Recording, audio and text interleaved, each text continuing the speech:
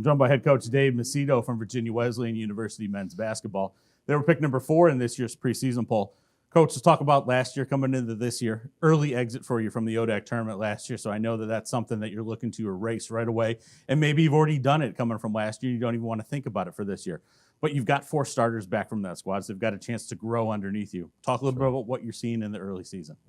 Well, like you said, we didn't finish the way we wanted. We exited a little earlier, and for us, it's just a little disappointing. So we have used that as motivation. Kind of came up with a slogan for this upcoming year, and we're moving forward, and we're hopefully learning from some mistakes and some things that we can just do a lot better. And we're counting on a group of guys to just stay in their lanes and do a better job in several areas, and we're excited about our group. When you take a look at your team coming through this year, talk to us about your leaders. You do have an all-conference guy back in Lamont Stewart, but sure. Who do you expect to be leaders alongside of him this year? How about everybody? I would assume that on good teams, we got a lot of guys that care for one another, and you want to do right by one another and want to make each other better. So I think it's going to be a collective leadership, but it does start with a few key voices. I think Keon Honore, our point guard, senior, Lamont Stewart, as you mentioned, and one of our energy guys, Taylor Major. I think those 3 guys will be, captains for us, and we're going to need them to be a consistent voice, all over in the locker room and on the court.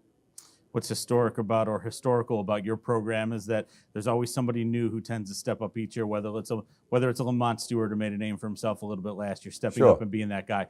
Who could be that guy this year coming up? Well, we're still kind of, the jury's out. This is, we have a game tonight. It's another measuring stick, and we're kind of interested to see who can go from production, or let's say potential, to reliable production, and be those kind of guys that we can count on as being dependables, guys that we trust each and every night.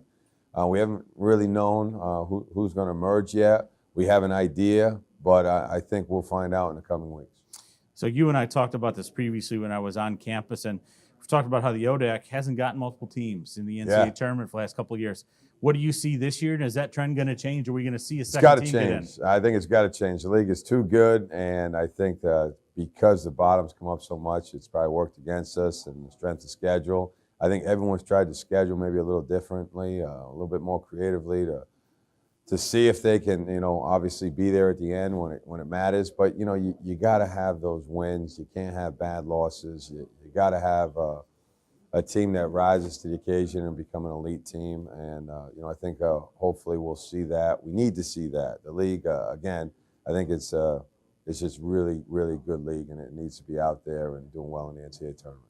Well, Coach, I want to thank you for joining me today. Good luck this season. Thanks, JJ.